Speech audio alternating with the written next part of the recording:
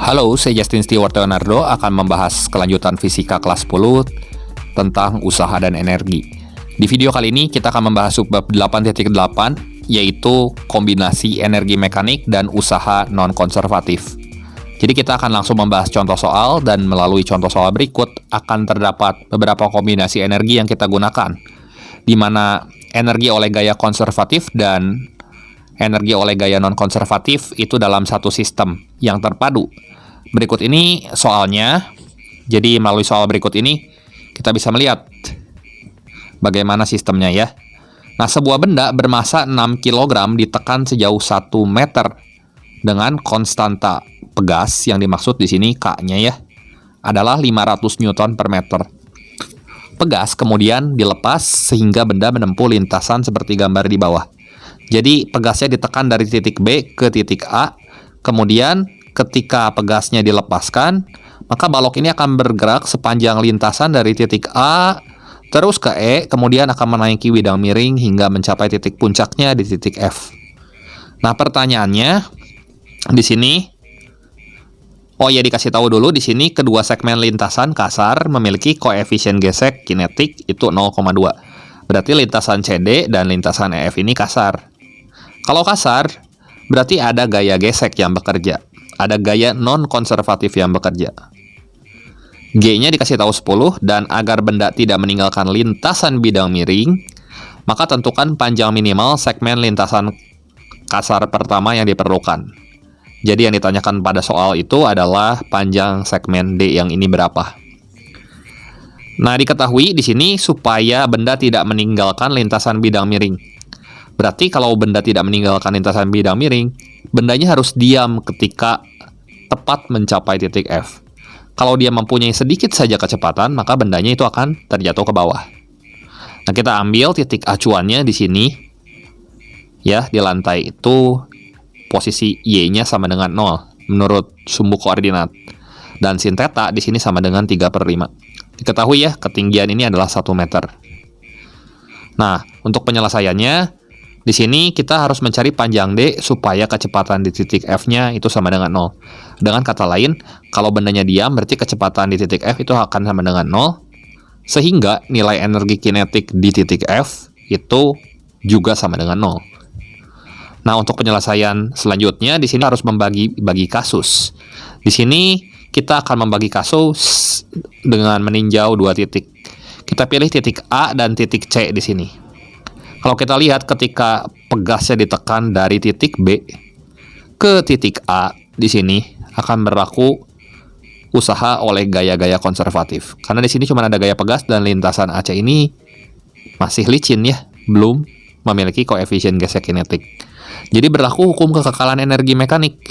Sehingga kita bisa tulis energi potensial di A ditambah energi kinetik di A akan sama dengan energi potensial di C tambah energi kinetik di C. Nah, kita lihat energi oleh gaya pegas di sini. Dari titik A, itu akan dirubah menjadi energi kinetik. Jadi, di sini kalau kita substitusi, EPA-nya itu adalah setengah K kali delta X kuadrat, KX kuadrat di sini ya. Tambah energi kinetiknya ketika pegasnya ditekan kan 0. Belum punya kecepatan. Dan energi potensial di C-nya itu di sini 0 karena tidak memiliki energi potensial. Kenapa nggak punya energi potensial? Karena kita mengambil acuannya di lantai itu 0, ya. Ditambah energi kinetik di titik C. Nah, ini artinya lihat, setengah KX kuadrat, ini adalah energi potensial pegas, akan berubah menjadi energi kinetik. Nah, kita dapat nih, nilai EKC-nya itu sama dengan setengah KX kuadrat. Langkah selanjutnya, di sini kita pilih titik C dan titik D. Jadi kita harus tinjau. Nah, di C sama D ini kasar. Karena kasar berlaku gaya gesekan, ya. Jadi energi kinetik ketika tepat di titik C ini akan berubah menjadi energi panas oleh gesekan, sehingga berlaku usaha oleh gaya non-konservatif. Nah, usaha oleh gaya non-konservatif ini akan sama dengan usaha oleh gaya gesekan, yang sama dengan negatif FK dikali D. Kita beri tanda negatif untuk gaya geseknya karena arahnya berlawanan dengan arah gerak. Dan masih ingat dinamika partikel, FK-nya bisa kita ganti dengan μk dikali normal. Normalnya ini sama dengan mg kalau di lintasan mendatar. Kemudian kita kalikan dengan panjang lintasan atau panjang segmennya itu D di sini. Lalu W geseknya karena berlaku usaha oleh gaya non-konservatif, ini akan sama dengan delta EP ditambah delta EK. Ya. Delta EP tambah delta EK ini adalah perubahan energi mekanik gitu. Dan kalau kita lihat di sini, kita substitusi W geseknya negatif mu K dikali MGD sama dengan delta EP-nya 0 karena tidak terjadi perubahan energi potensial apapun dari titik C ke titik D. Karena ketinggiannya di sini juga 0, Y-nya 0. Dan nggak ada pegas juga dari titik C ke titik D ini ya. Dan di sini delta EK-nya itu adalah EK di titik D dikurangi EK di titik C. Jadi energi kinetik di posisi akhirnya itu D dikurangi energi kinetik di posisi awalnya C. Ini jangan kebalik arahnya ya. Kalau kebalik satu, ini salah semua ke bawahnya. Nah, dari sini kita bisa tulis negatif mu K dikali MGD sama dengan energi kinetik di titik D dikurangi setengah Kx kuadrat. Kenapa ini setengah Kx kuadrat padahal energi kinetik? Nah, ini karena kita bisa substitusi EKC-nya dengan setengah Kx kuadrat yang ini ke sini gitu. Ya. Jadi, energi kinetik di titik D itu akan sama dengan setengah Kx kuadrat dikurangi mu K kali MGD. Nah, di sini energi kinetiknya berubah jadi gaya gesekan dari titik C ke titik D. Ya. Jadi, di titik C dia punya energi kinetik, ketika menempuh ini, lintasan CD berubah menjadi gesekan ditambah usaha oleh gaya non-konservatif yaitu negatif mu K MGD. Kemudian kita meninjau dua titik di sini, titik D dan titik E. Lintasan yang ini licin ya. Kalau lintasan yang ini licin berarti energi kinetik di titik E ini akan sama dengan energi kinetik di titik D gitu. Jadi di titik E ini hanya memiliki energi kinetik yang ini setengah Kx kuadrat dikurangi negatif mu K kali MGD. Setelah itu di sini kita bisa meninjau titik E dan titik F, yaitu titik terakhir. Jadi kita bagi di sini ada 3 kasus ya. 3 titik tinjau, 3 komponen tinjau ya, titik A dan C, C dan D, kemudian E dan F. Nah, di titik E sama F ini berlaku juga usaha oleh gaya non-konservatif karena lintasan EF ini kasar, diketahui di soal kasar ya. W non-konservatif sama dengan usaha oleh gaya gesekan yang sama dengan negatif FK dikali D. Jadi anggaplah panjang ini tuh D ya. Panjang ini D, dan negatif FK kita bisa ganti dengan negatif mu K kali normal. Masih ingat ya, gaya normal ketika benda berada di bidang miring itu adalah mg dikali cos theta. Dan nilai D atau panjang EF yang ini itu adalah H per sin theta ya. Jadi untuk mencari panjang bidang miring yang ini, yang EF, kita peroleh sin theta-nya 3/5 diketahui di soal dan H-nya adalah 1. Jadi kita bisa cari ya, untuk mencari panjang EF pakai trigonometri, masih ingat kan? Jadi D-nya itu akan sama dengan H per sin ya. Nah, di sini kalau kita sederhanakan, cos dibagi sin ini jadi kotangen. Jadi negatif mu K dikali mg dikali H kali kotangen theta.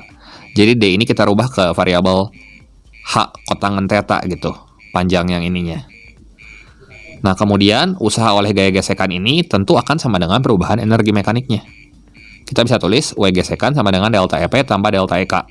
Sehingga W oleh gaya gesekan sama dengan negatif mu K kali MGH kali kotangen theta sama dengan delta energi potensialnya dari titik E ke titik F. Kalau kita lihat awalnya dari 0, dari titik E ini 0, akhirnya dia punya ketinggian M kali G kali H, hanya ini 1 meter di titik F sini. Berarti energi potensial akhirnya di sini MGH, dikurangi 0 ya MGH ya. Dikurangi energi kinetik akhir di titik F. Nah, energi kinetik di titik F mesti 0 supaya bendanya tidak meninggalkan lintasan bidang miring. Berarti 0 dikurangi energi kinetik yang di titik E. Energi kinetik di titik E kita dapat dari mana? Dari tinjauan titik C dan titik D, yaitu setengah Kx kuadrat dikurangi mu K kali MGD. Nah, di sini kita bisa cari ya energi oleh gaya gesekannya. Kita bisa tulis ulang maksudnya ya. Negatif mu K dikali Mg kali H kotangen theta ini akan sama dengan MGH dikurangi hasil substitusi dari EKD. Kita substitusiin ke EKE karena sama ya. kurangi setengah kx kuadrat dikurangi mu k kali mgd, sehingga nilai d-nya nanti kalau kita sederhanakan, kita kotret, kita dapat d sama dengan setengah kx kuadrat dikurangi mgh dikurangi mu k kali m kali g kali h kotangan theta dibagi mu k kali mg. Kita substitusi angka-angka yang kita punya di sini ya. Nilai k-nya kita tahu 500, nilai x-nya kita tahu 1 meter ya. Kemudian nilai m-nya juga kita tahu, massa bendanya adalah 6 kilo. Kemudian nilai mu k-nya juga kita tahu 0,2 ya. Dan theta-nya adalah 37 derajat, semuanya kita tahu, kita substitusiin ke persamaan D, dan kalau kita hitung nanti kita peroleh hasilnya adalah 14,5 meter. Seperti itu.